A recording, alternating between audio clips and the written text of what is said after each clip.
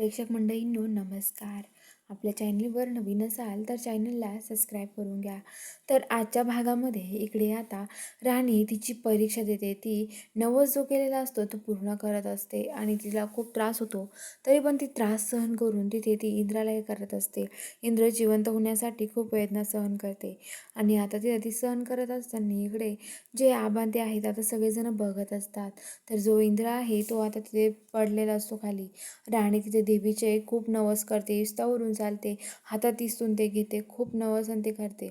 आणि तेवढ्यात आता राणी जी असते ती पण आता खाली पडते. खाली पडल्यावरती आता तिच्यावर पण त्याच्यातून रक्त यायला लागतं अंगातून आणि ती खाली पडते इंद्राजवळ आणि इंद्र तिथे पडलेला असतो. राणी आणि इंद्राचं रक्त एकमेकाजवळ यायला लागतं. तेवढ्यात आता सगळेजण शांत होतात आणि आता सगळेजण तिथे जमा होतात. राणीचे आई बाबा राणीजवळ येतात, म्हणतात, "राणे उठ ना गं राणे, काय झालंय तुला राणे, उठ ना गं," असं म्हणत असतात राणीला.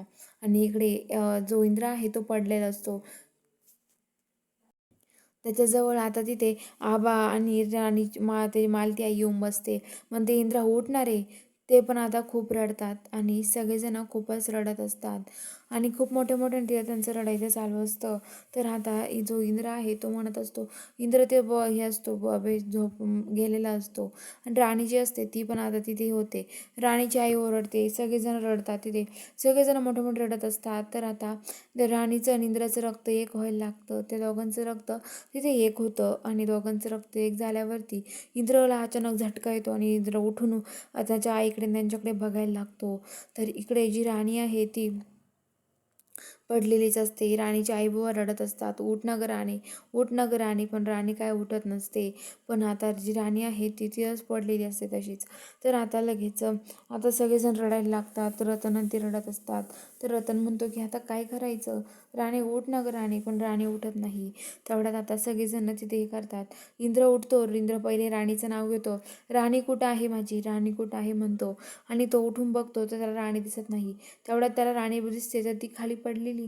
तो राणी उठ ना, काय झालंय राणी तुला, अगं राणी काय झालंय, उठ ना राणी, असं राणीला म्हणत असतो आणि राणीला उठवत असतो आणि राणीला तो उठवतो वगैरे.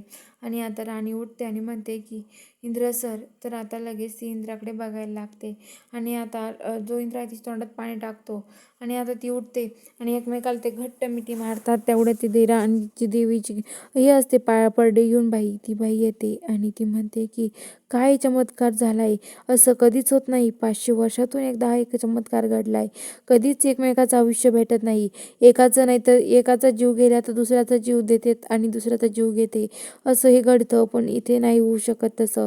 500 वर्षापूर्वी असं घडलं होतं ना, ते आत्ता घडलंय. आणि ती असं म्हणत असते. ते विक्रांत आणि ते बघत राहतात. तर आता विक्रांत उर्मिला विक्रांतला म्हणते की विक्रांत आता काय करायचं आपण, दोघे जिवंत झाले इथे. तर आता जी मालती रत्नकाकी आहे ती येते आणि ती म्हणत असते की काय हो, हा सगळा तुमचाच प्लॅन होता ना, तुम्ही ते सगळं केलं ना, तुम्हीच इंद्राला संपवण्याचा प्लॅन केला होता ना, असं बोलते. तर आता ती विक्रांत जवळ येते. विक्रांतला म्हणते, विक्रांत तूच हे सगळं केलं होतं ना, असं विक्रांतला म्हणते. विक्रांत म्हणतो की मी का करेल हे, मी नाही केलं काही, असं विक्रांत बोलतो. तर आता लगेच सगळेजण म्हणतात विक्रांतकडे बघायला लागतात.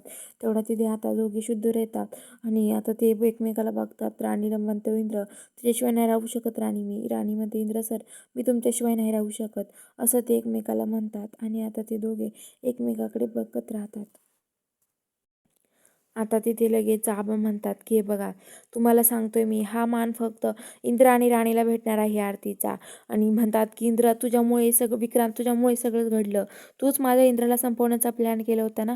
सगळेजण विक्रांतला बोलतात. राणी पण विक्रांतवर धमकावते आणि विक्रांत रतन त्याला खूप बोलतो तर रतनवर हात उचलतो.